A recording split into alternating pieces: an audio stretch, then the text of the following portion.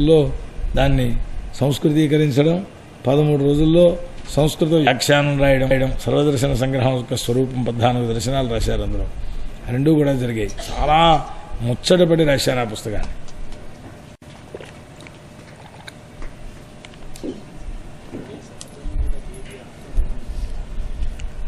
అది ఏమిటి కారణం అక్కడంటే ఈ ఉపదేశం. ఐశ్వర్యం కలిగినప్పుడు కూడా పరమేశ్వరానుగ్రహం అయ్యా, పెద్ద బిరుదులు వస్తాయి, లేదా ఇంకోటి ఏవో వస్తాయి, మనం కాబట్టి వచ్చాయో, లేకపోతే ఎవరికి వస్తాయి ఇవి, ఏదోనైనా పరమేశ్వరానుగ్రహం, ఆ గురుదేవుల యొక్క కృప అనే భావన మరిస్తే అటువంటి సమయంలో వీడు భ్రష్టుడైపోతాడు. ఇదేగా భాగవతంలో ఇప్పుడు వాళ్ళు చెప్పే మాట కూడా అదే చెప్పారు. సరే, ఇప్పుడు మాకు స్వర్గాది ఫలములు కూడా అక్కర్లేదు, నీ పాదపద్మముల యందు స్మృతి ఎట్లా నశింపకుండా ఉంటుందో అటువంటి ఉపాయాన్ని మాకు చేకూర్చవలసింది. ఇది మొదలు అఖిలేశు అని వీరు ప్రార్థిస్తే శిష్యులు వారు చెప్పారు. పరీక్షణ్ మహారాజుతో కృష్ణ పరమాత్మ మధురమైనటువంటి అమృతవాక్కులతో వారి కోరికలను స్వీకరించారట. స్వీకరించారు అనంటే ఆయన అనుగ్రహించారు. మీకు సుదృఢమైనటువంటి భక్తి కలుగుతుందయ్యా అన్నారు.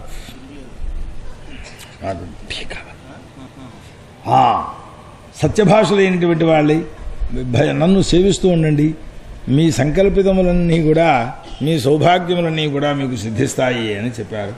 ఆ తర్వాత హైహయుడు, నహుషుడు, వేణుడు, రావణాసురుడు, నరకాసురుడు ఇలాంటి వాళ్ళందరూ కూడా, దైత్య దానవక్తులందరూ కూడా ఐశ్వర్య మదమత్తత చేత భ్రష్టులయ్యారు. కనుక ఆ ఐశ్వర్య మదమత్తత మాత్రం పొందకండి.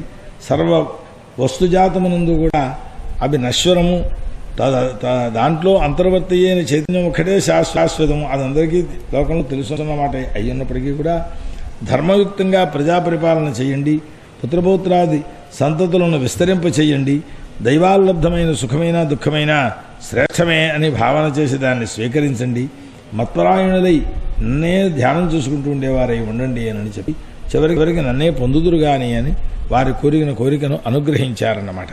శ్రీశుకుల వారు చెబుతున్నారు, పరీక్షణ్ మహారాజా, భువనేశ్వరుడైనటువంటి పరమాత్మ మహారాజులకందరికీ ఇట్లా చెప్పినటువంటి వాడై ఆ చితే అక్కడ ఉంటుండేటువంటి, అక్కడ ఉండే స్త్రీలు, పురుషులు, పెద్దలు, చిన్నలు అందరూ కూడా ఆయన్ని చాలా ఆనందపరిచారు అన్నారు. ఆయనకి ఆనందాన్ని కలిగింపజేశారు, అంటే ఆయన్ని సేవించారు. ఓ మహారాజా, కృష్ణుడు సహదేవుడు అన్నక్కడున్నాడు. ఏ సహదేవుడు? వీడిలా వచ్చాడు ఇక్కడికి?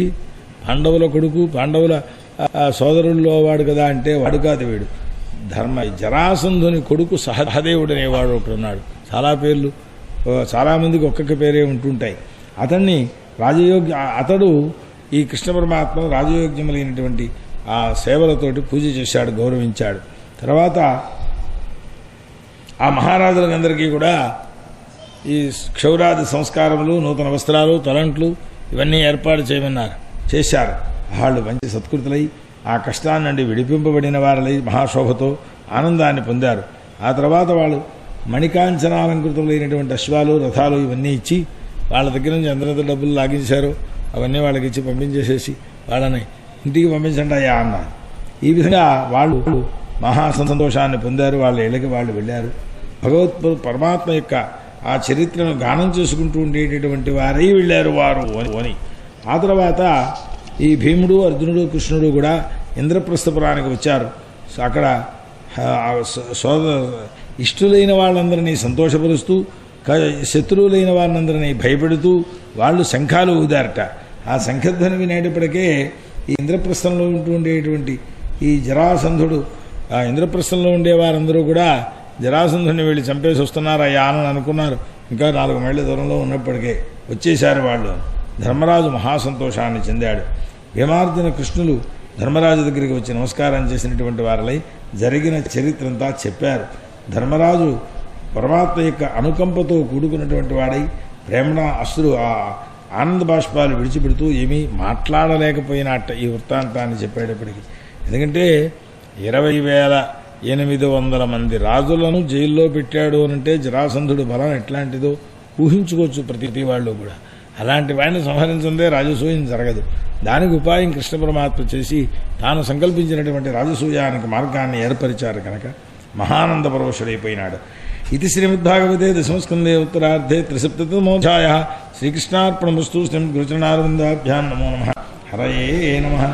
హరయే నమః. హరయే నమః. శ్రీ శుకోవాచ ఏం యుధిష్ఠిరాజా జరాసంధవతం విభో కృష్ణస్య జానుభావంతం శ్రుత్వా ప్రీతిస్తమబ్రవీతు.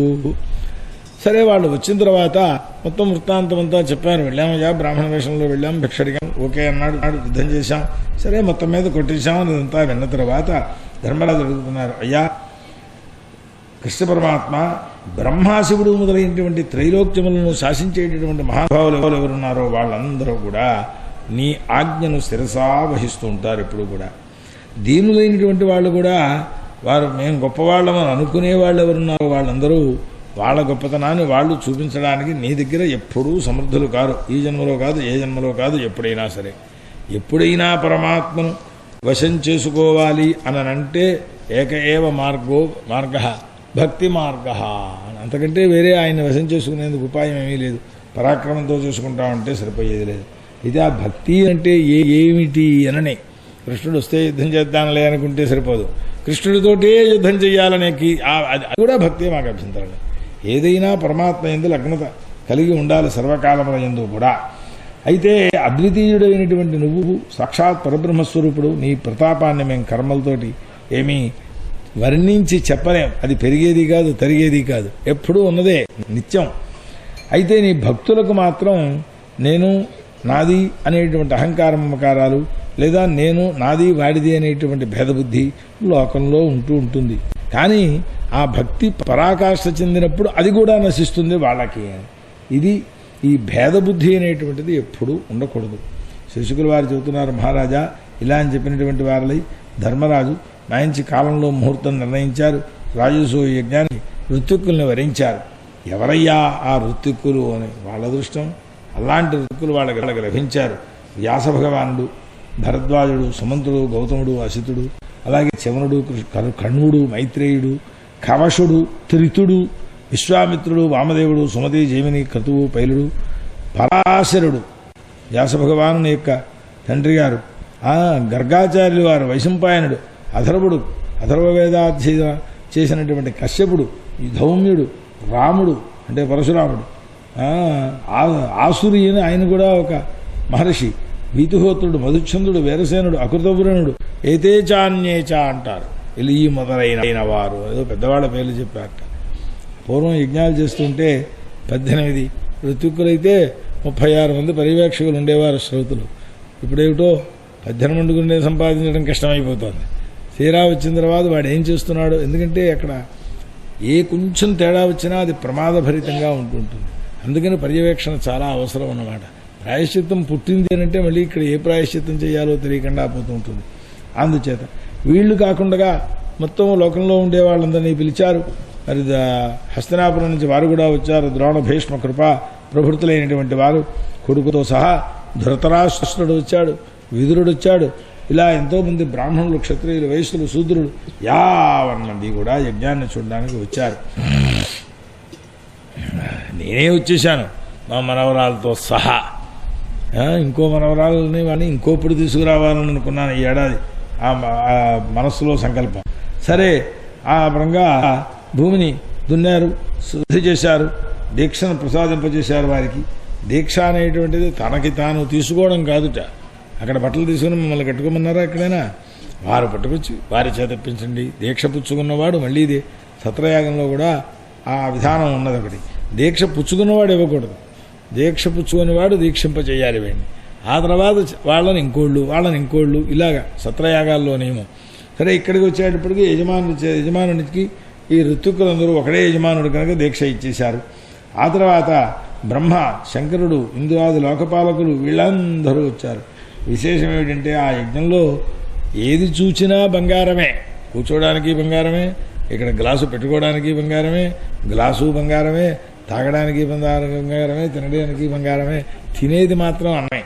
అదొకటి తేడా. ఏమంటే బంగారం తినలేరు కనుక. ఈ స్థితిలో అంటే సంభార సాధనములన్నీ కూడా బంగారంతో నిర్మాణం చేశారు అని వర్ణించారు. సరే, రాజభార్యలు వీళ్ళు వచ్చారు, వాళ్ళకు కూడా దీక్షను ఇప్పించారు. అంటే ద్రౌపదీదేవికి కృష్ణ భక్తుడైనటువంటి ఎలా వచ్చింది ఆ సౌండ్ మధ్యలో? ఆ కృష్ణ భక్తులైనటువంటి ధర్మరాజుకి ఆ యజ్ఞంలో అన్నీ సుసంపన్నంగానే ఉన్నాయి అన్నారు. సాక్షాత్ ఏమిటమ్మా మధ్యలో దేవసదృశైనటువంటి తేజస్సంపన్నులైన యాజకులందరూ కూడా రాజసూయ యజ్ఞాన్ని చేయిస్తున్నారు. అక్కడ సుత్యాహస్సు వచ్చింది అంటే సోమరసాన్ని దంచేటటువంటి ప్రధాన దివసం అన్నమాట. ధర్మరాజు ఋత్వికులు సభ్యులు వీళ్ళందరూ కూడా అక్కడ ఉన్నారు. యథావిధిగా ఎవరిని ఎట్లా అర్చన చెయ్యాలో చేశారు. ఆ యజ్ఞాల్లో చాలా విశేషంగా ఉంటుంది. ఒక గ్రహాన్ని గ్రహిస్తాడు. అధ్వర్యో 12 వత్సతరీస్తే దధామి. ఆ గ్రహాన్ని గ్రహించినందుకు ఆ 12 వత్సతరులు అంటే 2-3 సంవత్సరంలో వయస్సు కలిగిన దూడలను పట్టుకొచ్చి ఆవు దూడలను ఇవ్వాలి. ఇంకో చోటకి వచ్చాడు ఇప్పటికి ఇంకో ఎన్నో చెబుతారు. ఇవన్నీ ఎక్కడికక్కడ ఇస్తూ ఉండాలి, ఇవ్వాలి, పుచ్చుకుంటారు. ఆ విధంగా చివరికి వచ్చేటప్పటికీ ఇక్కడ రహస్యం దక్షిణాదాన సమయం వచ్చింది. దక్షిణాదాన సమయంలో శృత సూత్రంలో ఏం చెబుతారంటే ఆత్రేయాయ ప్రథమాయ హిరణ్యం దదాతి అని ఒక నియమం ఉన్నది. అంటే మొత్తం అందరినీ కూడా దక్షిణలతో ఇవ్వబోతూ ఆత్రేయసు గోత్రోత్పన్నుడైనటువంటి ఒక మహానుభావునకు బంగారం పట్టి వీళ్ళు ముందుగా ఇవ్వాలట. ఋతుక్కులకే ముందు ఇవ్వడం కాదు, దిష్టి తగులుతుంది. అగ్రపూజ అనేటువంటిది పుచ్చుకోకూడదు. సభలోకి వెళ్ళి ముందు తాంబూలం ఇస్తారట. ఆ ఇచ్చేటప్పటికి అది చాలా దోషయుక్తమై ఉంటుంది. కాబట్టి ఏం చెయ్యాలయ్యా, వీడే పెద్దవాడు అయినా సరే ఎవరైనా పెద్దలు ఉంటారేమో చూడండి అయ్యా, పెద్దలకి ఇవ్వాలి మనకు కాదు అని అంట. అబ్బాయి మీరే పెద్దలండి అంటారు. అయితే సరే పట్టుకురా అని అప్పుడు పుచ్చుకోవాలి తప్పిస్తే ముందు వద్దనకుండగా అగ్రతాంబూలం నాకివ్వలేదని కోపగిస్తే దానివల్ల దోషం ఎక్కువ వస్తుంది వీడికి. సంప్రదాయం అందుకోసం వచ్చింది, అది శాస్త్రంలో చెప్పిన మాటే.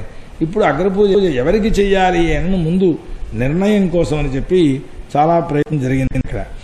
ఈ ఆత్రేయాయ ప్రథమాయ హిరణ్యం దదాతి అని. సరే ఒకవేళ దొరకపోతే అనాత్రేయాయవా ఎవడైనా సరే, అది ఎట్లాంటి వాడు అయి ఉండాలి, అగ్రపూజార్హుడు అయి ఉండాలి వాడు. అక్కడికి వచ్చిన విద్యావేత్తలందరిలోనూ గొప్పవాడై ఉండాలి. అది అయిన తర్వాత యజ్ఞంలో చెప్పబడిన దక్షిణ ఋతుక్కులకి అన్నమాట. అది ఆ ప్రధాన పూజ అనేటువంటి దాని యొక్క లక్షణం. అందుకోసమని కృష్ణ పరమాత్మకి ఈ రాజసూయ యాగంలో పూజ జరిగింది అన్నారు. విచారణ చేశారు ఎవరు ఏమిటి అని. ఎవరెవరో నిర్ణయాలు వాడైతే ఇందువల్ల వాళ్ళు చాలా గొప్పవారు, ఇందువల్ల వీరు గొప్పవారు, అందువల్ల వారు గొప్పవారు. ఎంతసేపు ఇదే విచారణ చేస్తుంటే సహదేవుడు లేచాడు చివరికి చేసి, ఓ సభ్యులారా, యాదవాధిపతి అయినటువంటి శ్రీకృష్ణ పరమాత్మ ఈ పూజలో అర్హుడవుతాడు అని మొత్తం అందరూ కూడా ఎవరు రకరకాల్లో ఈయన పేరు కూడా వచ్చి ఉండవచ్చు వాళ్ళు చెప్పిన దాంట్లో. ఇతనైతే బాగుంటుందని అనుకుంటున్నామండి, అతనైతే బాగుంటుంది అంటున్నామండి. ఏదో సెలక్షన్ బోర్డులో మొత్తం ఏదైనా పదవో అధికారమో ఇవ్వాలి అని అంటే వీళ్ళందరూ అంటారే అట్లా. నేను అలా అనుకోవటం లేదయ్యా, అతడికే ఇవ్వాలి అని చెబుతున్నాను అన్నాడు సహదేవుడు నిర్ణయించిన తర్వాత కృష్ణ పరమాత్మ కూడా ఏమీ మాట్లాడాడు ఎప్పుడు. ఇది ఇక్కడ కృష్ణ పరమాత్మే పూజనీయుడుగా ఉంటున్నాడు కనుక ఇక్కడ మాట్లాడలేదా అనే మాట పక్కనెడితే సహదేవుడు అట్లా నిర్ణయాత్మకంగా చెబుతాడు అని ప్రత్యేకంగా అతని యొక్క విశేషం చెప్పారు. ఎందువల్ల అంటే సర్వదేవతలు కూడా అతన్ని పూజ చేస్తారు. దేశకాలాదులన్నీ కూడా ఆయన సమీపిస్తే శుద్ధమైపోతాయి, ఆయన స్మరిస్తే శుద్ధమైపోతాయి. జగత్తంతా ఆయన స్వరూపం. వేదాలు, యజ్ఞాలు, ఆహుతులు అన్నీ కూడా ఆయన స్వరూపమే అయి ఉన్నాయి కనుక జగత్ సృష్టి స్థితి లయములను చేకూర్చేవాడు కనుక అటువంటి పని మరొకడెవడూ చెయ్యలేడు కనుక ఆయన్ని పూజించాలి అని చెప్పారట ఆయన. పైగా నిరస్త భేద బుద్ధయే అని వర్ణిస్తారు. ఈ జగత్తులో భేదబుద్ధులు కలిగిన వాళ్ళై ఉన్నారు, మిగిలిన వాళ్ళందరూ కూడా అభేద బుద్ధి కలిగిన వాడు పరమాత్మ ఆయన ఒక్కడే. ఆయనకున్న అభేద దృష్టి సిద్ధం. ఆ సిద్ధమైన అభేద బుద్ధిని ఎవడు పొందితే వాడలా గొప్పవాడవుతాడు అంటున్నారు. అభేద బుద్ధి అనేది అక్కడ ప్రారంభం, అసలు బలస్వరూపం అదే కదా. అందుచేత ఆయన్ని పూజించాలి అని ఆయన ఊరుకున్నాడు. అప్పుడు ఇంకెవరు మాట్లాడలేదు, అందరూ కూడా సాధు అని అంగీకరించారు.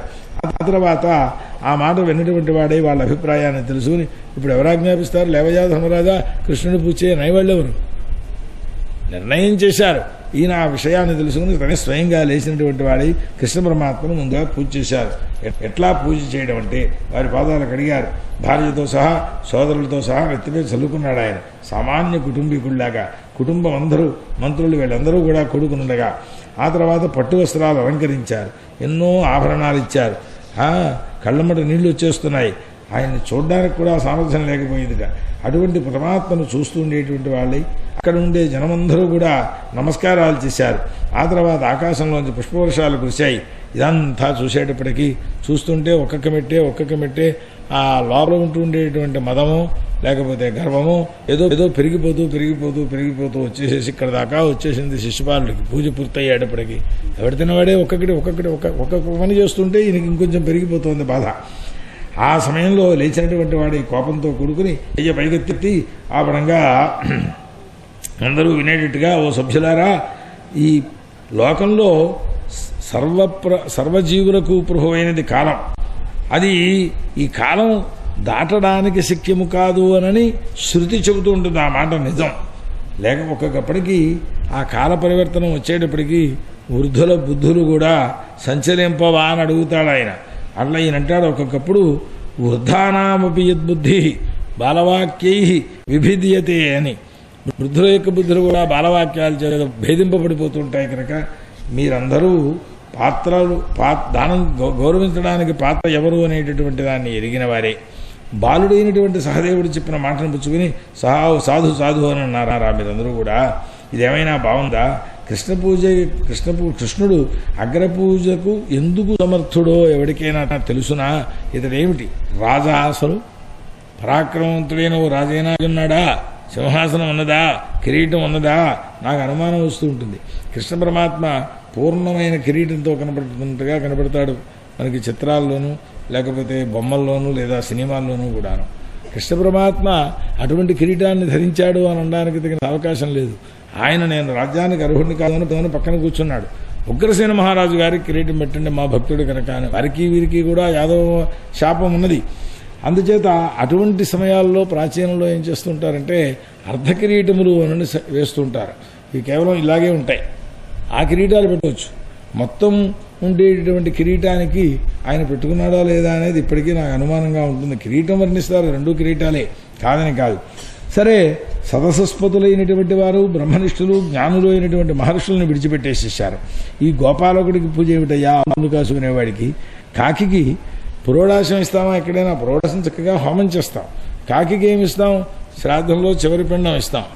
అది ఏమిటి అంటే వీళ్ళ వంశంలో ఉంటూ ఉండేటువంటి వాళ్ళు మరి ఉపనయనం కాకుండా వివాహం కాకుండా చచ్చిపోయి నీళ్లు లేనిటువంటి వాళ్ళు ఉంటారు చూచారా? అలాంటి వాళ్ళందరినీ సంతోషపరచడం కోసం ఇస్తారట ఆ పిండాన్ని. దానికి అర్హురాలు కాకి. అంతేదో పురోడాశం హోమం చేయడానికి పనికిరాదు. అట్లా అగ్రపూజ యజ్ఞంలో సర్వధర్మ బహిష్కృతుడు, వర్ణాశ్రమ భ్రష్టుడు, గుణవిహీనుడు, ఇట్లాంటి వాడు అగ్రపూజకి ఎలా అర్హుడవుతాడు? రాజర్షి అయినటువంటి యయాతి మహారాజు వీళ్ళ వంశంలో అందరూ కూడా రాజ్యాన్ని పరిపాలించడానికి సమర్థులు కాకుండా ఉన్నారు అని శపించారు కదా. అటువంటి వాడికి పూజ చేశారా? పైగా వీళ్ళు చేసేవన్నీ దొంగ పనులు. ఆ నందవ్రజంలో ఎంతమంది ఇళ్లలో వెన్నెల ఎత్తుకుపోయినాడో చూశారు కదా. అవన్నీ లోకానికి అంతకీ తెలుసును కదా. పైగా సముద్రంలో సముద్రాన్ని దాటి వెళ్ళకూడదు అనే శాస్త్రం. సముద్రాన్ని దాటి ఆ మధ్యలో కొంత ప్రదేశంలో ఏర్పాటు చేసుకున్నారు వీళ్ళ భవనం. ఇంట్లోంచి వెళ్లాలన్నా వీధిలోంచి ఇంట్లోకి రావాలన్నా సముద్రాన్ని దాటితేనే కానీ వీళ్ళకి ఏ విధమైనటువంటి అవకాశము లేదు. సముద్రంలో నిర్మాణం చేసుకున్నాడు. ఆ ధర్మం ఆ ప్రదేశం నిజమైనటువంటి ప్రదేశం అని ఇలాగా వాడికి నోటుకొచ్చినట్టుగా మాట్లాడుకున్నాడు. ఎవరు ఏమీ మాట్లాడలేకపోయినారు. ఆ సమయంలో భగవంతుడు ఏమీ మాట్లాడలేదు. వాడు చెప్పుకుంటున్నాడు కానీ అన్నారు. అది ఎట్లాంటిది అనంటే నక్కలు అరుస్తూ ఉంటాయిట. ఆ సమయంలో సింహం వీధిలోంచి పెడుతూ ఉంటాయి. ఆ నక్కల గురించి అదేం మాట్లాడదు. అలాగా కృష్ణుని ఎంత చూచి సభ్యులైనటువంటి వాళ్ళు కొందరు చెవులు మూసేసుకుని అక్కడి నుంచి పారిపోయినారు. ఆ తర్వాత తిట్టుకుంటూ, ఎందుకంటే సభాయాన్ని అప్రవేష్టవ్యం, ప్రవేశించకూడదు. ఒకవేళ ప్రవేశించినప్పుడు అక్కడ చెడు సిద్ధాంతాలు జరిగితే వాటిని పరిహరించాలి. భగవంతుడిని గురువుల్ని నింద చేస్తే వాళ్ళ నాలుకలు కత్తిరించేయాలి. శాస్త్రం చెప్పినటువంటి మాట. అది శిక్షం కాదు. వినకుండా చెవులు మూసుకొని పారిపోవాలి. అంతే తప్ప శక్తుడైతే చేయవలసిన పని ఇది. కనుక వాళ్ళు కొంతమంది వెళ్ళిపోయినారు అన్నారు. కొంతమంది కోపంతో శస్త్రాలు ఎత్తేశారు శిశుపాలను సంహరించడం కోసం అని చెప్పేసి. ఆ కృష్ణుడిని సమర్థించే వాళ్ళు కొంతమంది ఉన్నారు. వాళ్ళందరినీ కూడా నిందిస్తూ నేను పరాక్రమవంతుడిని ఖడ్గం తీశాడు శిశుపాలుడు. ఆ పరమాత్మ అప్పుడు ఆగండయ్యా కూర్చోండి మీరు అన్నారు కృష్ణ పరమాత్మ. తన పక్షాన్ని మాట్లాడేవారందరినీ కూడా చూచి చేసేసి ఏం చేశారు? ఆ శిశుపాలుడికి సుదర్శన చక్రాన్ని పంపించారు. ఈయనకి సుదర్శన చక్రం అక్కడ ఎలా వచ్చిందండి అంటే, ఇదివరకు చెప్పుకున్నాం కదా, సమయానికి అవి వస్తూ ఉంటాయన్నమాట. సుదర్శన చక్రాన్ని ప్రయోగించారు. వాడి శిరస్సు ఛేదింపబడిపోయింది. ఆ తర్వాత హాహాకారాలు, కోలాహలం బయలుదేరింది. అతడి వెనకాల ఉంటూ ఉండేటటువంటి రాజులు ఉన్నారు చూచారా, వాళ్ళందరూ కూడా ప్రాణరక్షణ కోసం పారిపోయినారు. ఆ సమయంలో శిశుపాల శరీరంలో పుట్టినటువంటి ఒక తేజస్సు కృష్ణ పరమాత్మలో ప్రవేశించింది. ఆ తర్వాత జన్మత్రయం పూర్తయింది. అక్కడికి వైరబుద్ధ్యా వచ్చాడు కనుక అతడు భగవన్మయుడైపోయినాడు, ఆ జయుడనేటటువంటి ద్వారపాలకుడు. ఆ తర్వాత సతత చింతనం చేస్తున్నాడు కనుక, ఎందుకంటే ఎప్పుడు కృష్ణుడిని ఎలా కొట్టాలి ఇదే బాధ. ఆఖరికి భార్యతో ఏకాంత ప్రదేశంలో ఉన్నప్పుడు కూడా ఆ భావనలు ఓ పక్కన ఉండగా కృష్ణుడు మాత్రం పక్కన ఉంటూనే ఉంటాడు. అది ఆ శిశుపాలన యొక్క ప్రత్యేకత. కాబట్టి అట్లా అతని యొక్క తేజస్సు పరమాత్మలో లీనమైంది అని చెప్పారు. ఓ మహారాజా, ఆ సమయంలో తనకి కోరిక లేకపోయినా ధర్మరాజును అంగీకరింపచేసి శ్రీకృష్ణ పరమాత్మ ఈ యాగం పూర్తవగానే భార్యలతో సహా బయలుదేరి ఇంటికి వెళ్ళారు అన్నారు. ఋతుక్కులకు దక్షిణలు ఇవన్నీ మామూలుగా యాగమంతా పూర్తయిపోయింది. అయిపోయిన తర్వాత దీని పేరు అవభృతోత్సవం చేసుకున్నారు.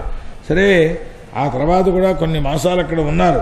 ఎన్ని మాసాలున్నా కథల్ని బడి అయినా తీరా బయలుదేరడం వచ్చేటప్పటికి రేపు పొద్దున్న ప్రయాణం. సిద్ధం చేయండిరా, అదిగో ఆ 4 బేళ్లు ఒక్కొక్కళ్ళకి వస్త్రాలు ఏర్పాటు చేసేయండి అన్నారు.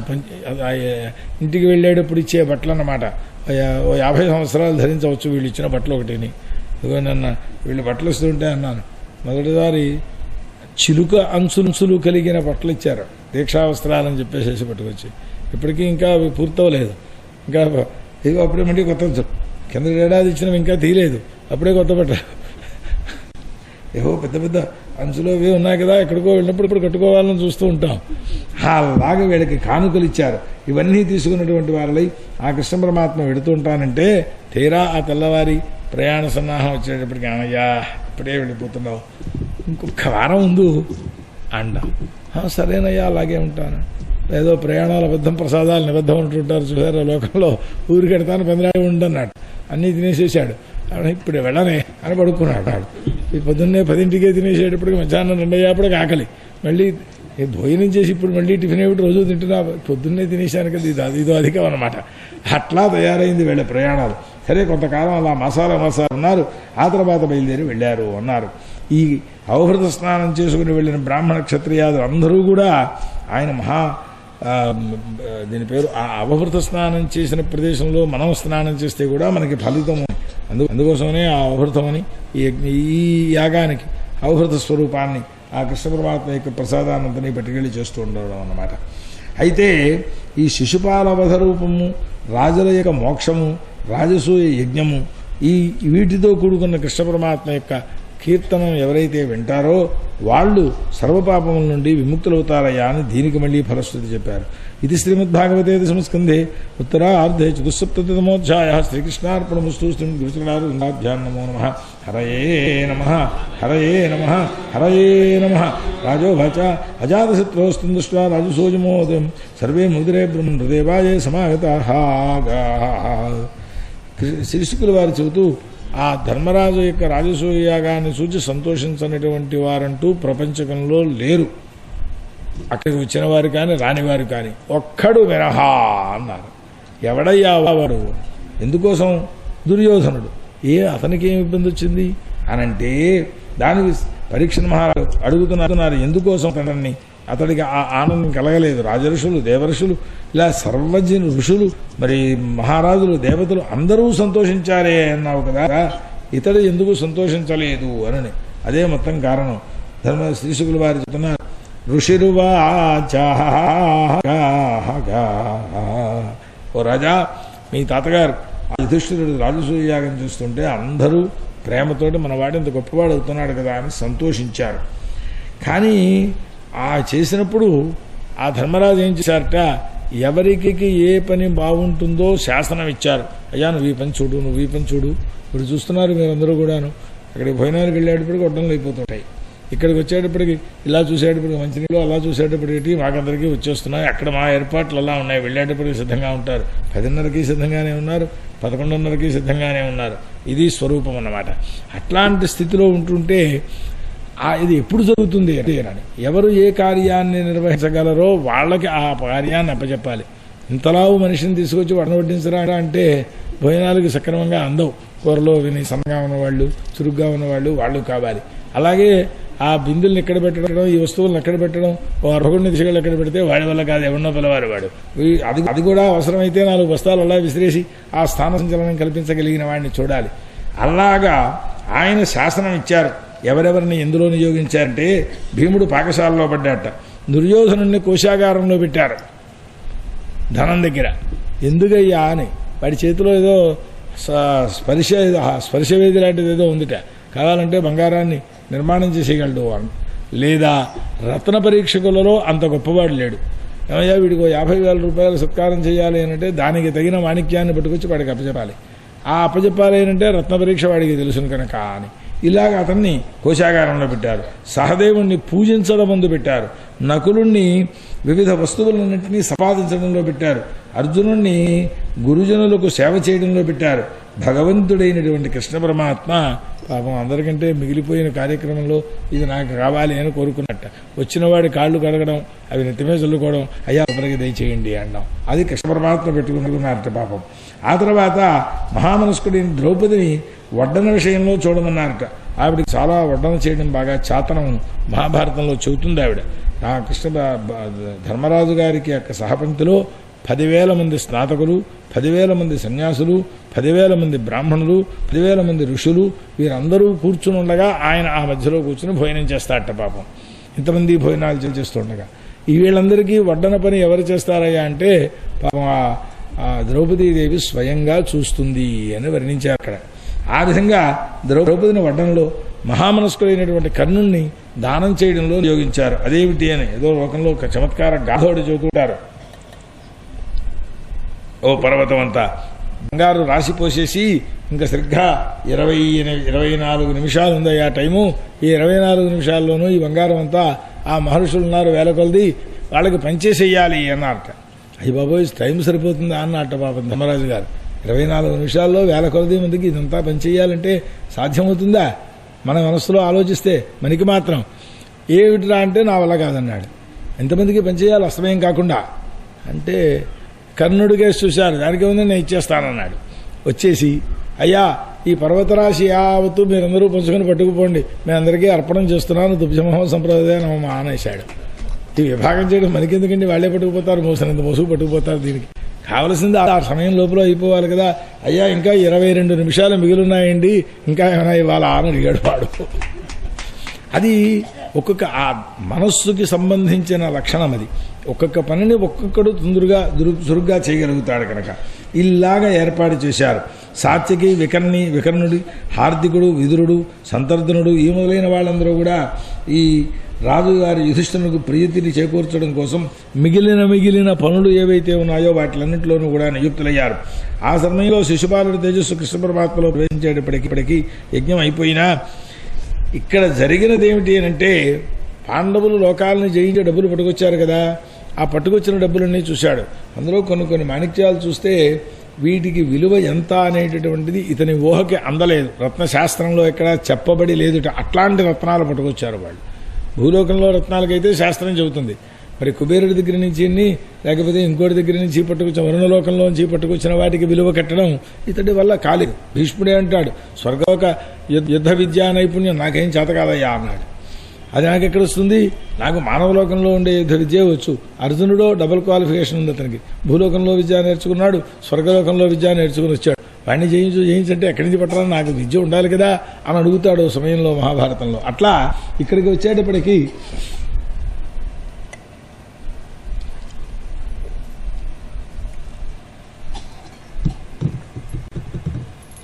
కోశాగారంలో కూర్చున్నాడేమో.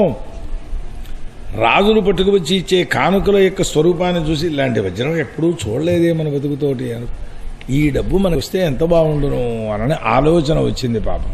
యజ్ఞార్థం వచ్చిన డబ్బు వీడికి ఎలా వస్తుంది? తీరా అయిపోయి దానికోసం ఇంకా వీళ్ళ ఐశ్వర్యం ఏముందో చూడాలి అని ఆగాడు అక్కడ. ఆ ఆగిన తర్వాత ఔహృత స్నానాదులన్నీ అయిపోయిన తర్వాత విచిత్రములైన వాద్యాలు వాయించారు, నాట్యాలు చేశారు. మరి ఆ అభవృత స్వరూపాన్ని చూసేటప్పటికి కూడా ఇతడికి కొంచెం కంగారు పుట్టింది. ఆ సమయంలో రాజపత్నులందరూ కూడా యజమానుడు, యజమాన పత్నులు, వీరందరూ కూడా మహాసౌందర్య సముపేతులై ఉన్నారు.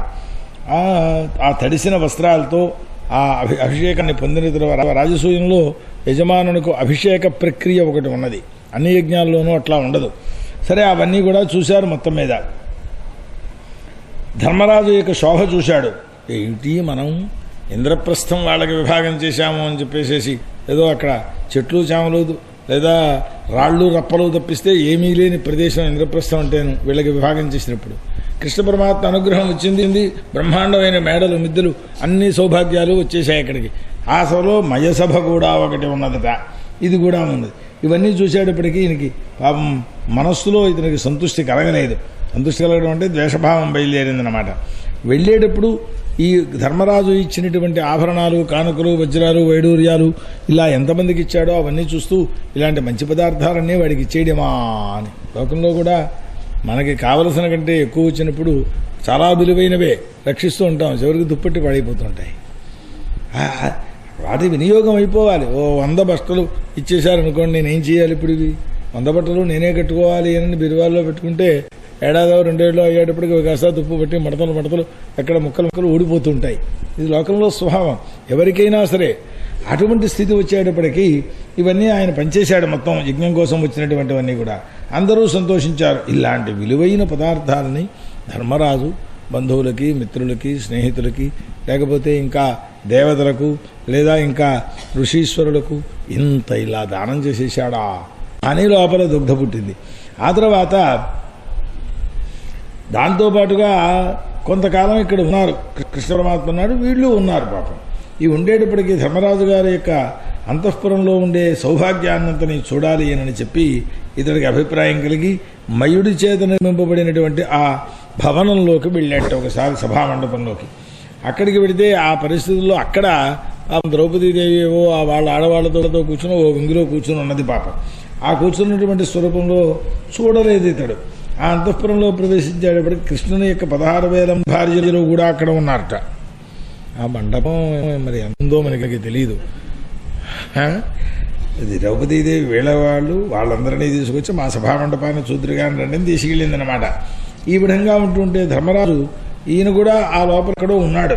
స్వర్ణసింహాసనం మీద కూర్చుని అక్కడ ఉండే సభామండప వేదిక మీద మహా ఇంద్రుడిలాగా శోభిస్తున్నాడు ఆయన. ఆ సమయంలో పాపం దుశ్శాసనాది బంధువులతో కూడుకుని ఖడ్గం చేత్తో కూర్చుని, వీడి ఖడ్గం ఎందుకు అక్కడికి చూడాలకి, ఆ ద్వారపాలకుల్ని తప్పుకుంటారా మీరు, ఇదోటి వెళితే వెళ్ళనిస్తారు కదా. ఆ సభలోకి వెళ్ళాడు. వెళ్ళేటప్పటికీ మోహం పొందాడు. అక్కడికి వచ్చేటప్పటికి స్థలమునందు జలభ్రాంతి, జలమునందు స్థలభ్రాంతి. ఇక్కడ బాగులుగా వెళ్ళిపోతున్నాడు, గోతులో పడ్డాడు. ఇంతవరకు తడిసిపోయినాడు పాపం. సరే పైకి వచ్చాడు. అక్కడేదో ఆ నీళ్లు కనపడుతున్నాయని చెప్పి బట్టలు పైకెట్టుకుని పెడుతుంటే అది మామూలుగానే ఉంది, అక్కడేం లేదు, నీళ్లులాగా కనపడుతోందే తప్ప. స్తంభం ఉంటే స్తంభం లేదనుకున్నాడు, స్తంభం లేని చోట్ల స్తంభం ఉందని కనపడుతోంది. ఇలాగా నానా ఇబ్బంది పడిపోయాడు పాపం. ఆ సమయంలో ఇతడు ఎప్పుడైతే నీళ్లలో పడ్డాడో అయ్యయ్యో అలా పడిపోయావిట్రా అంటారు కదా లోకంలో. కాస్త నవ్వొస్తోంది. నవ్వొచ్చి వీళ్ళందరూ కూడా పక్కపక్క నవ్వారు. నవ్వేటప్పటికి పెద్ద ధ్వని వచ్చింది ఆ నవ్వుతోటే. ఒకళ్ళ 16,000 మంది వాళ్ళు, ద్రౌపదీదేవి వాళ్ళ యొక్క తోడుకోడళ్ళు కూడా చాలా మంది ఉన్నారు కదా. ఇదంతా నవ్వారు. కృష్ణ పరమాత్మ వెనకాల ఉన్నాడు. కృష్ణానుమోదితాహ, ఓయ్ నవ్వకండర్రా నవ్వకండి ఇలా వెనకాల నుంచి. అంటే అర్థం ఏమిటి, హాయిగా నవ్వండి అని. అది చూసుకున్నారు. పైకి మాత్రం మాట దుర్యోధనుడు ఏమైనా అనుకుంటాడని చెప్పి వెనకాల ఉన్నాడు. పాపం ఇబ్బంది లేదు కదా. అది ధర్మరాజు వద్దు అని చెబుతున్నా వీళ్ళందరూ భీమసేనుడు ఉన్నాడు. అతడు కూడాను ఇతకు పూర్వమే విషదానాదుల చేత పిలించాడు కనుక అతడు ప్రోత్సాహం చేశాడు. అనేటప్పటికీ ఇతను నీళ్లలో పడినప్పుడు మొత్తం ఈ స్త్రీలందరూ కూడా పక్కపక్క నవ్వారు. చూస్తే ఐశ్వర్యం, ఒకవైపు చూస్తుంటే ఇట్లాంటి మహాసభ, దాంతోపాటు ఆడవాళ్ల ద్వారా తనకి అవమానం. ఇది చూసినటువంటి వాడి మహాబాధపడిపోయి కోపంతో ప్రజ్వలింపించిపోతూ ఆ పొద్దున్న పూట 9 గంటలకో 10 గంటలకో ఈ చరిత్ర జరిగితే ఆ మధ్యాహ్న భోజనం కూడా చేయకుండా హస్తినాపురానికి వెళ్ళిపోయినాడు కోపం వచ్చి. సరే భూభారాన్ని హరించడం కోసం వచ్చిన కృష్ణ పరమాత్మ ఈ పాటి చెయ్యకపోతే మరి యుద్ధాలు ఎలా ఏర్పడతాయి? అందుకని అవమానం జరుగుతుంటే మరి కొంచెం ప్రోత్సాహం చేసి ఊరుకున్నాడు ఆయన. పైకి ఇదేం పెద్ద హడావిడిగా ఉండదు, ఏదో నవ్వుతే ప్రమాదం ఏముందయ్యా అని నవ్వమన్నానని తర్వాత కావాలంటే సమాధానం చెబుతాడన్నమాట. సరే ఆ కృష్ణ పరమాత్మ యొక్క దృష్టిపాత మాత్రం చేతనే దుర్యోధనునకు భ్రాంతి కలిగిందయ్యా ఆ మైసభలో అని మహాత్ములు చెబుతారు అని వ్యాఖ్యానం చేశారు. అంటే కృష్ణ పరమాత్మే ఇతడికి ఇట్లాంటి భ్రాంతిని కలిగింప చేశాడు అని. కానీ ఆ మయసభ నిర్మాణ స్వరూపంలో ఈ కారణం కూడా వేరే చోట్లో వర్ణించి ఉంచారు. ఎందుకంటే ఇంద్రాది సభల కంటే 4 సభల్ని వర్ణించారు అక్కడ. ఈ 4 సభల కంటే కూడా విశిష్టమైన సభ కావాలి అని కోరారప్పుడు. ఆ మైసభ నిర్మాణ ప్రక్రియలో సుమారు 7-8 అధ్యాయాలు ఉంది మహాభారతంలో ఈ మైసభ నిర్మాణానికి కావలసిన ఏర్పాట్లను గురించి. సరే, ఇందుకని ధర్మరాజు దుర్యోధనుడికి ఇట్లాంటి దుష్టభావన పుట్టిందయ్యా, నువ్వు అడిగావు, నేను చెప్పాను, ఇవి మనకెందుకయ్యా అంటే ఇందులో కూడా కృష్ణలీల ఉన్నది కనుక దాన్ని ఆ శ్రీశుకులు వారు వ్యక్తం చేశారు. లేకపోతే దుర్యోధనుడికి కోపం వస్తే ఎవడికి కావాలి, తాపం వస్తే ఎవడికి కావాలి. ఇది కూడా కృష్ణ పరమాత్మ యొక్క ప్రేరణతో జరిగింది అని. ఇది శ్రీమద్భాగవతే దశమస్కందే ఉత్తరార్ధే 75తమోధ్యాయః. శ్రీకృష్ణార్పణమస్తు. శ్రీ గురుచరణారవిందాభ్యాం నమో నమః. హరయే నమః, హరయే నమః, హరయే నమః. శ్రీశుకోవాచ అథాన్యదపి కృష్ణస్య శృణు కర్మాద్భుతం నృప క్రీడానందశ్రీరస్య యథా సౌభపతిర్హతః. అయి ధర్మరాజ, ఓ పరీక్షన్ మహారాజా, ఇంకో చరిత్ర ఉందయ్యా కృష్ణ పరమాత్మది, నేను చెబుతున్నాను విను అన్నాడు. ఆయనకి తోచినవి ఆయన చెబుతుంటాడు, ఆయన అడిగినవి ఈయన చెబుతూ ఉంటాడు. లేదు, ఆయన ఏదో సూక్ష్మంగా అడిగేస్తే ఈయన స్థూలంగా మొత్తం చరిత్రలన్నింటినీ వర్ణించి చెబుతాడన్నమాట. అట్లాంటి కథలన్నీ భాగవతంలో ఇవి ఒకే వరసలో జరిగాయని అనుకోక్కర్లేదు. ఒక్కొక్కప్పుడు ఏవేవో జరిగినో ఆయనకి తోచినవి, గుర్తుకొచ్చినవి, ఆ చెప్పాలనుకున్నవి అప్పుడప్పుడు చెబుతుంటారు. కానీ ఈ 2 చరిత్రలు వరుసగా జరిగినటువంటివే. ఇదేమిటి అంటే కృష్ణ పరమాత్మ యొక్క చరిత్ర ఇది. ఆయన సౌభపతి, ఆ సౌభం అనేటటువంటి విమానానికి అధిపతి అయినటువంటి వాడు. శాల్వుడు అని 2 రకాలుగాను అంటుంటారు. ఆయన ఉన్నాడు. అతన్ని సంహరించారయ్యా అన్నారు. ఏమిటి అని, రుక్మిణీ వివాహంలో శిశుపాలుడుకు సఖుడు ఇతడు. అక్కడ రుక్మిణిని ఎత్తు వచ్చేసాడు ఆయన. ఎన్నేళ్ళైంది ఇప్పటికీ, ఎన్నేళ్ళైనా అంతే. ఆ లోపమేది, ఆ ద్వేషమే. ఆ తర్వాత జరాసంధాదులందరూ కూడా వీళ్ళు ఓడిపోయినారు. అప్పుడు నేను మొత్తం పృథివీ మండలాన్ని యాదవులు లేకుండా, యాదవ వంశం అనేది భూలోకంలో లేకుండా చేసేస్తాను అని ప్రతిజ్ఞ చేశాట ఈ సాల్వుడు అనేటటువంటి వాడు. చేసి ప్రతిరోజు కూడా ఒక గుప్పెడు ధూళిని, మెత్తని మట్టిని మాత్రమే తింటూ అది శివారాధన చేశాడు. సంవత్సరం చేశాటట్లాగా. సంతోషించాడు. వరం కోరుకోవయ్యా అన్నారట. అంటే ఈ సాల్వుడు ఏమని కోరుకోవాలి? అతడు కోరిక ఏమిటి? నిర్యాదవం భూమండలం అంతా అవ్వాలి కదా, అది కోరేసుకోవచ్చుగా. ఆ వంకర బుద్ధులు పోవు ఎప్పుడు కూడాను. దాని చేతనే దేవాసుర మనుష్య గంధర్వ వరగ రాక్షసాదులు ఎవ్వరూ పొందలేనిటువంటి, వాళ్ళు భేదించలేనిటువంటి మహోన్నతమైన విమానం కావాలయ్యా, యాదవులకు భయాన్ని కలిగింపేటువంటి విమానం. దాని మీద కూర్చుని యాదవులందరినీ నేను సంహరిస్తాను అని అనుకున్నాడు పాపం. అటువంటి విమానం కావాలని కోరుకున్నారు. తథాస్తు అన్నాడు ఆయన. ఆ తర్వాత మయుడు అనేటటువంటి రాక్షసుని మైసవ చేసిన వాడిని ఏర్పాటు చేశారు. అతడు బ్రహ్మాండమైన ఇనుముతో తయారైనటువంటి సౌభానం అనే విమానాన్ని తయారు చేసి ఇచ్చాడు. అది ఆ సకల అంధకారములకు ఆశ్రయమైనటువంటిది ఆ సౌభ విమానం. దాన్ని పొందాడు పాపం. ఆ తర్వాత ఈ వైరాన్ని మనసులో పెట్టుకుని కృష్ణుడు అక్కడ లేని సమయంలో, ఇతడు ఇక్కడ రాజసూయాకు వచ్చిన సమయంలో మనం దాన్ని కొట్టేయాలి అనుకున్నాడు. మహాసైన్యంతో బయలుదేరి ఆ పట్టణాన్నంతనే ఆక్రమించేయాలి అని. ఆ విమానం ద్వారకా నగరానికి పైన ఉండి శస్త్రవర్షాలను కురవడం ప్రారంభించింది ఆయుధాలని. ఆ శిలలు, వృక్షాలు, సర్పాలు, శర్కరలు ఇవన్నీ ఆ పైనుంచి బ్రహ్మాండమైన వాయువుతో తుఫాన్తో వచ్చినట్టుగా వచ్చేస్తున్నాయి. ఆ సమయంలో త్రిపురాసురులు లోకాన్ని ఎలా పీడించారో అలా ఈ విమానంతో పీడిస్తున్నాడయ్యా అన్నారు. ఆ సమయంలో హాహాకారాలు బయలుదేరాయి. భయపడకండయ్యా అని చెప్పేసేసి ఆ ప్రజలందరినీ కూడా, ప్రద్యుమ్నుడు ఇక్కడ యాగానికి రాలేదు, ఏదో వస్తే కూడా ఆ సమయానికి వెళ్ళిపోయినాడు, కొన్ని మాసాలు ఇక్కడ ఉండిపోయినాడు కదా ఆయన. ఆ ప్రద్యుమ్నుడు భయపడకండయ్యా అని చెప్పి సాత్వికి, చారుదేష్ణుడు, సాంబుడు, అక్రూరుడు, హార్దిక్యుడు, భానువిందుడు, గదుడు, శుకుడు, సారణుడు ఇలాంటి వాళ్ళందరూ చతురంగ సైన్యంతో కూడా యుద్ధానికి సిద్ధమయ్యారు. నగరంలోంచి బయటకు వచ్చి సాల్వుడు సైనికుడితో యుద్ధం ప్రారంభమైంది. రుక్మిణీపుత్రుడైనటువంటి ప్రద్యుమ్నుడు దివ్యములైనటువంటి అస్త్రాలతో ఎన్నో ఆ సౌభ విమానంతో చేసేటటువంటి మాయలన్నింటినీ కూడా నాశనం చేశాడు. ఆ స్థితిలో 25 బాణాలతో కొట్టాట సాల్వ సేనాపతి అయినటువంటి వాడిని. ఇలాగ వారు బాణాలతోటి యుద్ధం చేశారు. తర్వాత 100 బాణాలతోటి ఆ సాల్వుడిని కొట్టాట. ఒక్కొక్క బాణంతో ఒక్కొక్క సైనికుడిని చొప్పున కొంతమందిని కొట్టాట. 10 బాణాలతోటి సారథులను కొట్టాట. ఇలా వర్ణించారు యుద్ధం. ఆ ప్రద్యుమ్నుడు మహాద్భుతమైనటువంటి కౌశలాన్ని చూపిస్తుంటే ఆశ్చర్యపోయినారు స్వపర సైనికులు ఇద్దరూ కూడా. ఆ స్థితిలో ఆ మాయామయమైనటువంటి విమానం చాలా రూపాలుగా కనబడుతుంటుంది. మాయ కదా అదంతా కూడా. దాన్ని ఎక్కడ ఉంది ఆ విమానం అనేది పట్టుకోవడం కూడా కనపడడం కష్టంగా ఉందన్నమాట. చక్రంలాగా తిరుగుతున్నది. ఆ సౌహవిమానం సైనికులు, ఈ సాల్వుడు వీళ్ళందరూ కూడా యాదవుల మీద బ్రహ్మాండమైనటువంటి బాణవర్షాలను కురిపిస్తూ ఉంటే ఆ సమయంలో ఈ శాల్వుడు ఏం చేశాడు, యాదవ వీరులు కొట్టినటువంటి బాణాలకు మోహాన్ని పొందాడు సారి అన్నారు. ఆ తర్వాత యాదవ వీరులందరూ జయేచ్ఛతో కూడుకున్నటువంటి వారలై యుద్ధాన్ని విడిచిపెట్టకుండా వాళ్ళు ఎన్ని దెబ్బలు కొట్టినా అక్కడే ఉండి యుద్ధం చేస్తున్నారు. ఆ తర్వాత ద్యుమంతుడు అనే పేరు కలిగినటువంటి వాడు సాల్వుని యొక్క మంత్రి, వాడు తెచ్చి ప్రద్యుమ్నుడితోటి యుద్ధం చేశాడు. ఆ తర్వాత గర్జనలు చేస్తున్నాడు, గదజతో పుచ్చుకున్నాడు. ఆ దారుకుని యొక్క కొడుకు, దారుకుడు అంటే కృష్ణ పరమాత్మ యొక్క సారథి, ఆయన కొడుకు ప్రద్యుమ్నుడికి సారథి. ఆ సారథి ప్రద్యుమ్నుడి యొక్క శాల్వుడు వేసిన గదాఘాతానికి ప్రద్యుమ్నుడు కొంచెం స్పృహ తప్పి పడిపోయాడు. అటువంటి ప్రద్యుమ్నుడిని దూరంగా తీసుకుపోయి అతడికి ఉపచారాలు చేసి అతడు మళ్ళీ మామూలు స్మృతిలోకి వచ్చిన తర్వాత ప్రద్యుమ్నుడు అన్నట్ట, ఏమిట్రా రణంలోంచి నన్ను తీసుకొచ్చేసావేమిటి అని, ఇది మంచి పని కాదు. ఏం చేస్తావయ్యా, సారథి ధర్మం అది. ప్రభు మోహం పొందినప్పుడు అతన్ని రక్షించుకుని ఆ తర్వాత మళ్ళీ యుద్ధానికి తీసుకెళ్ళాలి అని ఉన్నది. కాబట్టి ఆ ధర్మాన్ని నేను ఆచరించాను అన్నాడు. సరే, నువ్వు మూర్ఛ పొందావు కదా, అందుకని తీసుకొచ్చానయ్యా అని చెప్పి అతన్ని సాంత్వన పరిచాడు మొత్తం మీద ఈ సారథి. ఇది శ్రీమద్భాగవతే మహాపురాణే దశమస్కంధే షట్సప్తతితమోధ్యాయ. శ్రీకృష్ణార్పణమస్తు. శ్రీ గురుచరణారవిందాభ్యాం నమో నమః. హరయే నమః. హరయే నమః.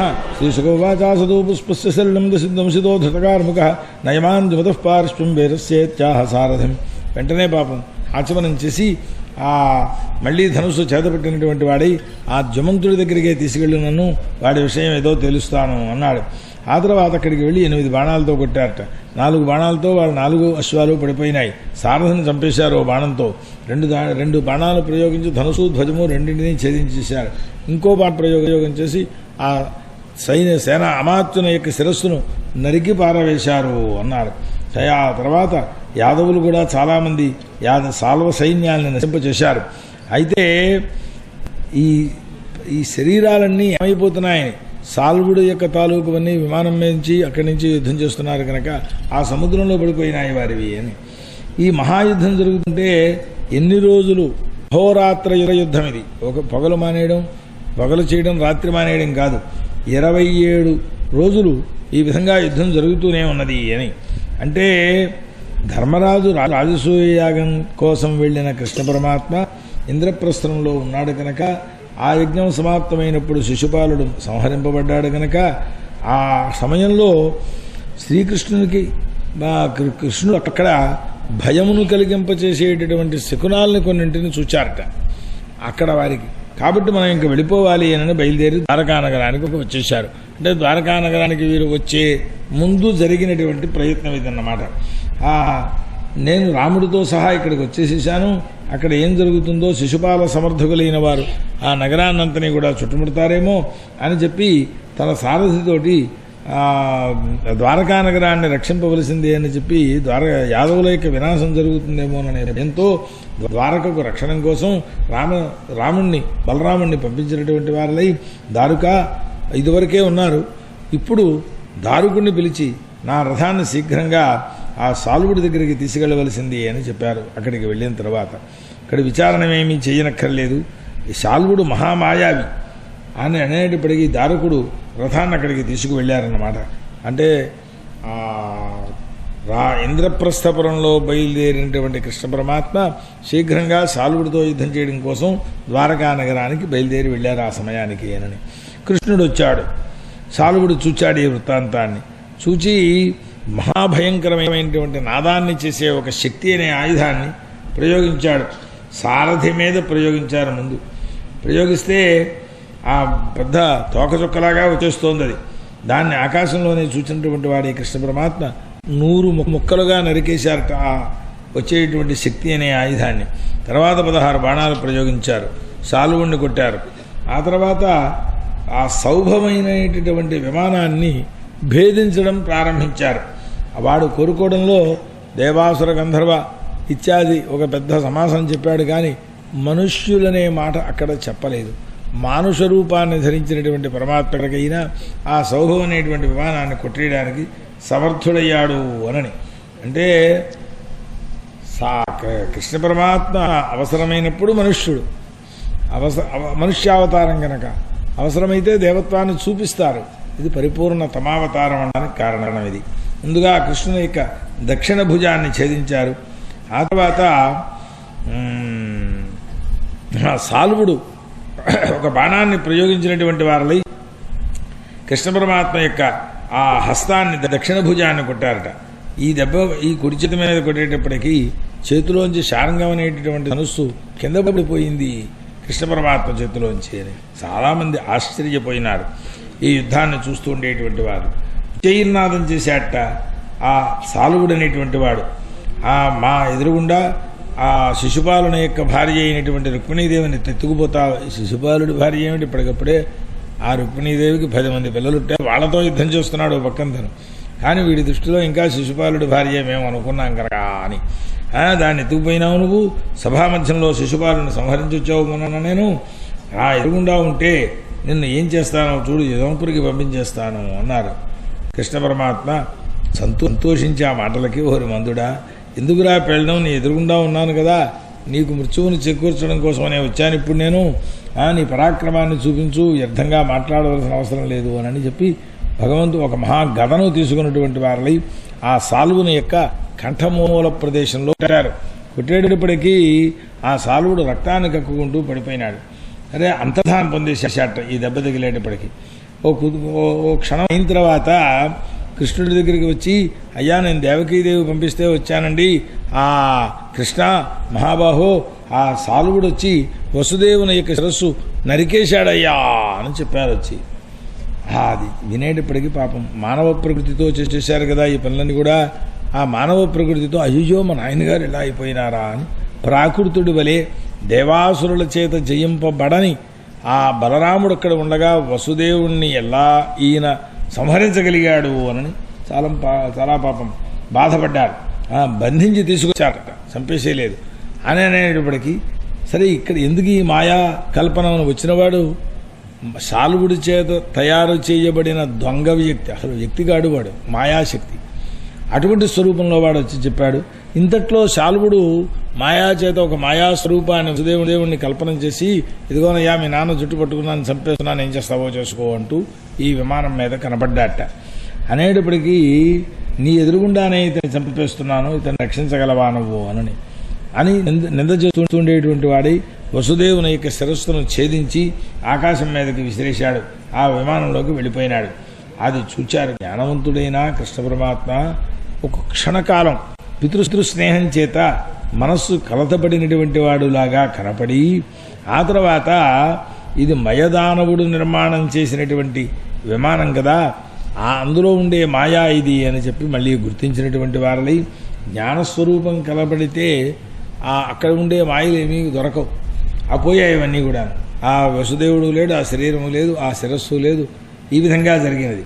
అప్పుడు సౌభవమానంలో ఉండేటటువంటి సాల్వుణ్ణి ఇలాంటి పనులు చేసే దృష్టి వీడికి ఉందన్నమాట అని అనుకున్నటువంటి వారలై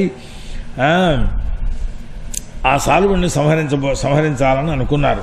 ఇంతట్లో శ్రీశుకులు చెబుతున్నారు పరీక్షతోటి, రాజా కొంతమంది ఋషీశ్వరులు శ్రీకృష్ణుడి విషయంలో ఇలా శోకమోహాదులు ఉన్నాయి అని, కృష్ణుడు కూడా తండ్రి గారి బంధనం చేత బాధపడ్డాడు అని అనుకుంటూ ఉంటారు.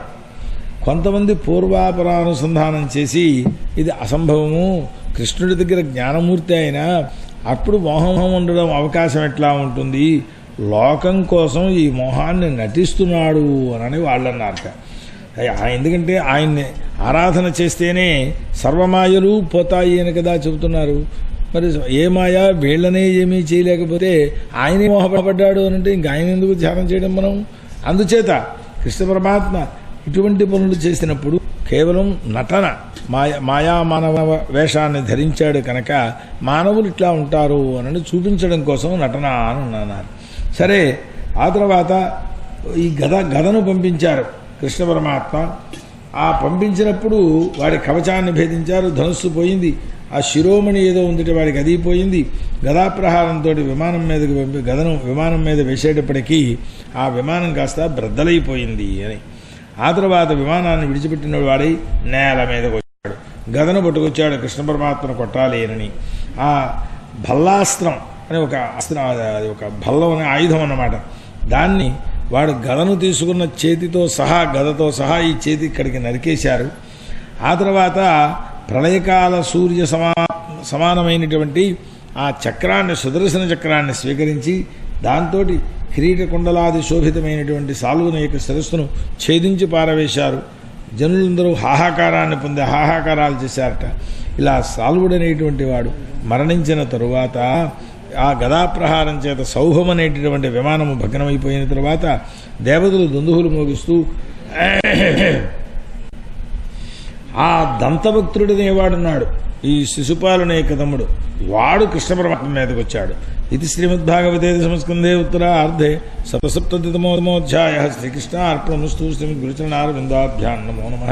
హరయే నమః, హరయే నమః, హరయే నమః.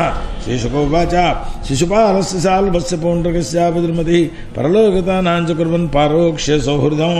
ఇక్కడ శిశుపాలుడు చచ్చిపోయినాడు, శాలువుడు చచ్చిపోయినాడు, పౌండ్రక వాసుదేవుడు చచ్చిపోయినాడు. ఇలాగ తన పక్షంలో ఉండేవాళ్ళు చాలామంది చచ్చిపోతే కోపం వచ్చింది దంతభక్తుడు అనేటటువంటి వానికి. వాళ్ళకి పరలోకంలోకి పోయినా సరే వాళ్ళకి ప్రీతిని చేకూర్చాలి అనే ఉద్దేశంతో కృష్ణుడి దగ్గరికి ఇచ్చాడు యుద్ధానికి. వాడు వస్తే కృష్ణ పరమాత్మ రథం మీద నుంచి కిందకి దిగి కౌమోదకి అనే గదను పట్టుకున్నటువంటి వాడిని పట్టుకున్న వారిని వాడిని అడ్డుపెట్టి యుద్ధం చేస్తున్నారన్నమాట. ఇంతట్లో వాడు అంటాడు, దైవయోగం చేత ఇవాళకి నా కంట్లో పడ్డావురా అన్నాడు. ఎందువల్లనంటే నువ్వు మాకు బంధుడవే, ఇతడు కూడా మేనత్త కొడుకు లాంటి వాడే అవుతాడు వాళ్ళకు కూడాను. పాండవులను రక్షించాడు, వీళ్ళని చంపేశాడు. అందుచేత మమ్మల్ని సంహరించాలి అని అనుకుంటున్నావు కనుక ఇప్పుడు నా గదతోటి నిన్ను చంపేస్తాను, చూసుకో.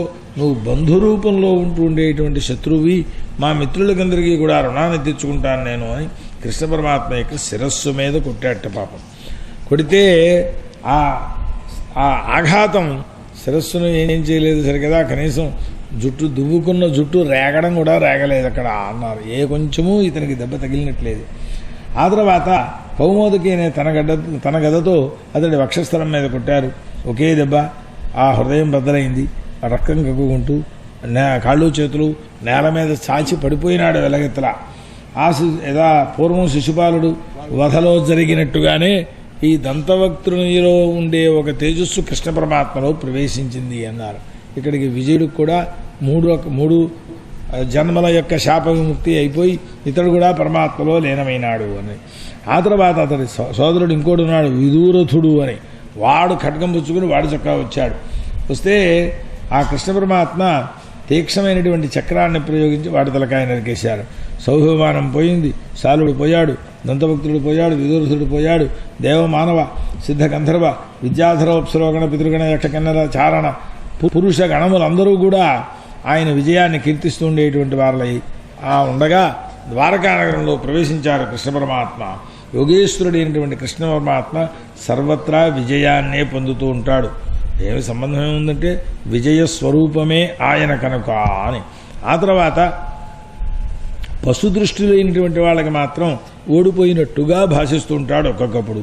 బలరాముడు కౌరవులు పాండవులు కూడా యుద్ధానికి సిద్ధమవుతున్నారనే విషయాన్ని విన్నటువంటి వాడి నేను తీర్థయాత్రలు చేసొస్తానయ్యా అన్నాడు పైన. కారణం ఏమిటి అని, దుర్యోధనుడు శిష్యుడు, పాండవుల దగ్గరికి వస్తే అర్జునుడు బావగారు, ఎవళ్ళ పక్షాన్ని మనం వెళతాం, ఎందుకు మనకి గొడవ అని చెప్పి ఆయన యుద్ధంలో పాల్గొనకుండా ఉండడం కోసం తీర్థయాత్రలు చేయాలన్నాడు. ప్రభాస తీర్థానికి వెళ్ళాడు. దేవఋషి పితృదేవతలందరినీ కూడా సంతృష్టి పెట్టించిన వాడై ఆ సరస్వతి యొక్క ఉద్గమన స్థానం ఎక్కడ సరస్వతి అనేది పుట్టిందో అక్కడికి బయలుదేరి వెళ్ళాడు. అక్కడ బిందు సరస్సు అని ఒకటి ఉన్నది, త్రితకూపం అని ఒకటి ఉన్నది, సుదర్శన తీర్థం అని ఒకటి ఉన్నది. వీటి వివరాలన్నీ కావాలి అంటే మహాభారతం చూసుకోవాలి. బ్రహ్మతీర్థం తూర్పు దిక్కుగా ప్రవహించేటువంటి సరస్వతి నది, గంగా యమున తీర్థాలు, ఈ రకంగా అనేక వేల మంది ఋషులు అక్కడ సత్రయాగం చేస్తుంటే ఆ నైమిషారణ్యానికి వెళ్ళాడు.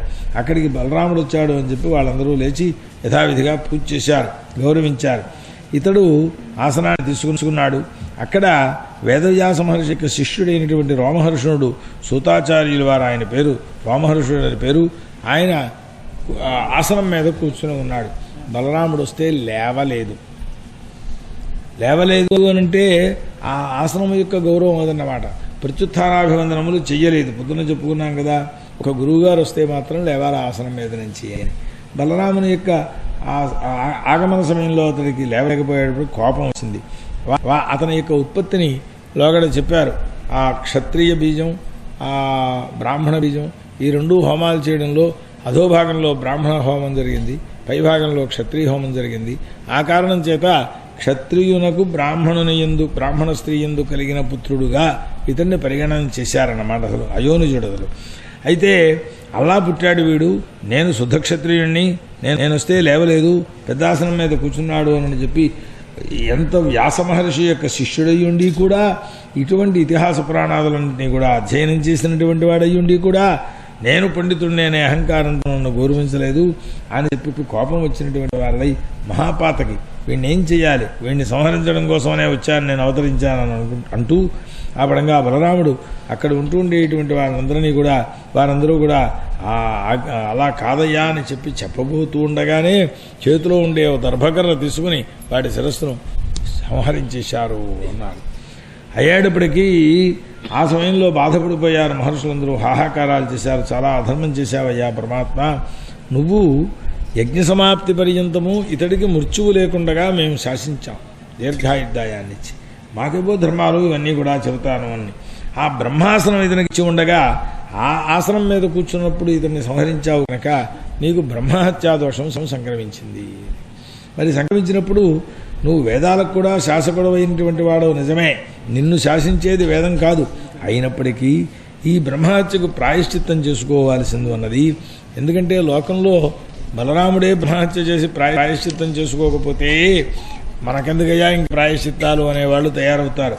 అది లోక సంగ్రహణ ఇచ్చయా, నువ్వు చేయవలసింది అని చెప్పి ప్రార్థించారు.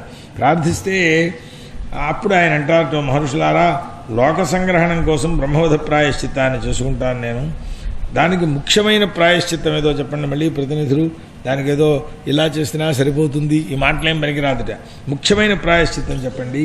ఓ ఋషులారా, ఇతడు మీరు బ్రహ్మాసనంలో కూర్చోబెట్టుకున్నారు కనుక దీర్ఘ ఆయుర్బల ఇంద్రియ పాఠవాదులు ఏవైతే ఉన్నాయో మీరు అపేక్షించినవన్నీ కూడా అతడికి నేను ఇస్తాను అని, యోగమాయ చేతన వీటినన్నింటినీ సాధిస్తాను అన్నారు. అయితే నీ పరాక్రమము గొప్పది, నీ యొక్క వాక్కులు గొప్పవి, మేము ప్రార్థన చేస్తున్నాం, నువ్వు చెప్పిన మాటలను సత్యం చేయండి అన్నారు. ఆత్మావై పుత్ర అని వేదంలో చాలా చోట్లలో చెప్పింది. అంగాదంగాత్ సంభవసి హృదయాదధిజాయసే ఆత్మావై పుత్రనామాసి అని, వేదో వై పుత్రనామాసి అని మంత్రభేదాలు ఉన్నాయి. ఇక్కడ కొడుకు దగ్గరికి వచ్చేటప్పటికి ఆత్మావై పుత్ర అని చెబుతూ ఉంటుంది. కనుక ఇతడి పుత్రుడు ఉన్నాడు, రోమహర్షుని యొక్క పుత్రుడు ఉగ్రశ్రవుడు అని అతని పేరు. అతన్ని మీరు ఇప్పుడు ఆ స్థానంలో కూర్చోబెట్టుకోండి, మీకు పురాణాలు చెబుతాడు. ఇటుపైన ఇలా చెప్పినట్లయితే నేను చేసిన హత్యాయుక్తమైనది అవుతుంది, మీరు పెట్టిన ఆ బ్రహ్మస్థానము యుక్తమైనది అవుతుంది అని అతన్ని అక్కడ కూర్చోబెట్టారు. ఓ మహర్షులారా, ఇంకా ఏమైనా కోరికలుంటే చెప్పండి, అవన్నీ కూడా తీరుస్తాను అన్నారు.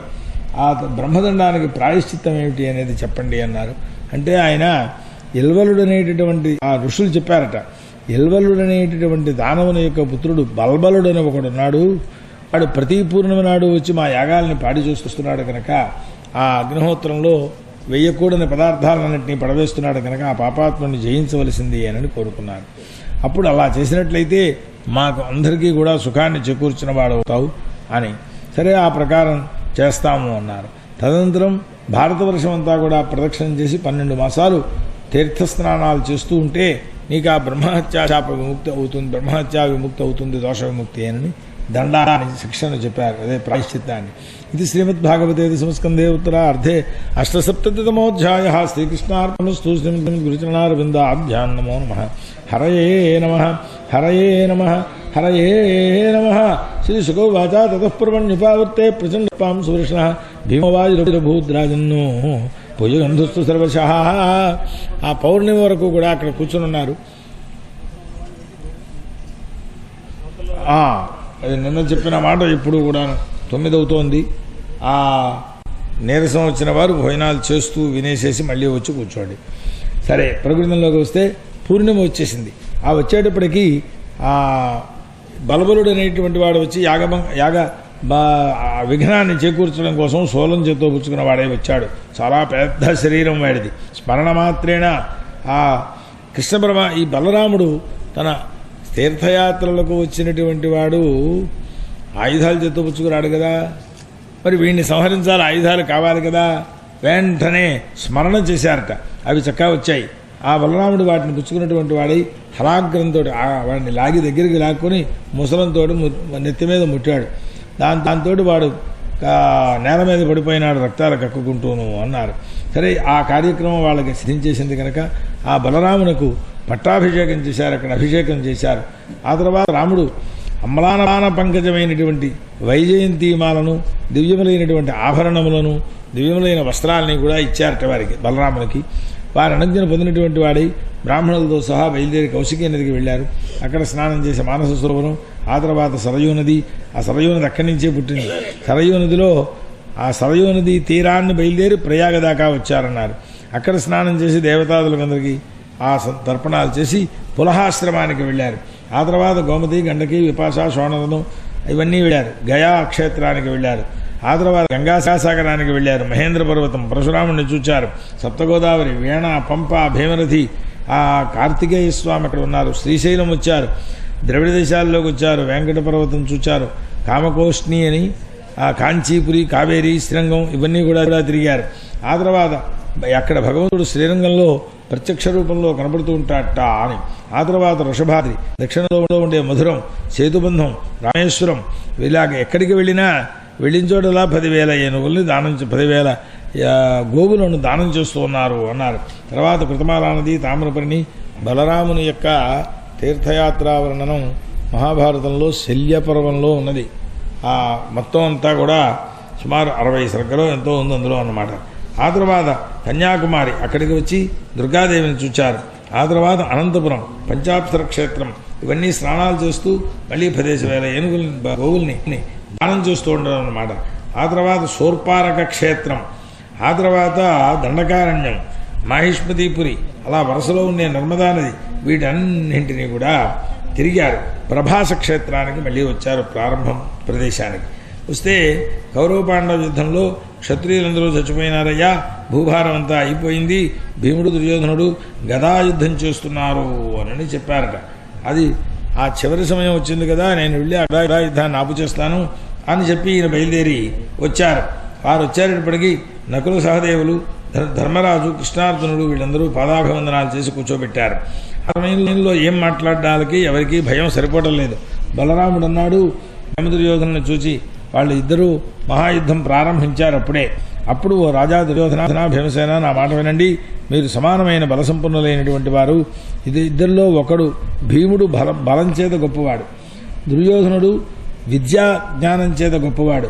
కనుక మీ ఇద్దరిలో ఎవరికి జయం అనేటువంటిది పరాజయం అనేటువంటిది కలగకూడదయ్యా, ఈ యుద్ధం వ్యర్థం, మీరిద్దరూ యుద్ధం మానేయండి అని చెప్పారట. చెబితే ఆ భీముడు దుర్యోధనుడు ఎక్కడ ఆపుచేయలేదు, యుద్ధాన్ని చేస్తూనే ఉన్నారు వాళ్ళు.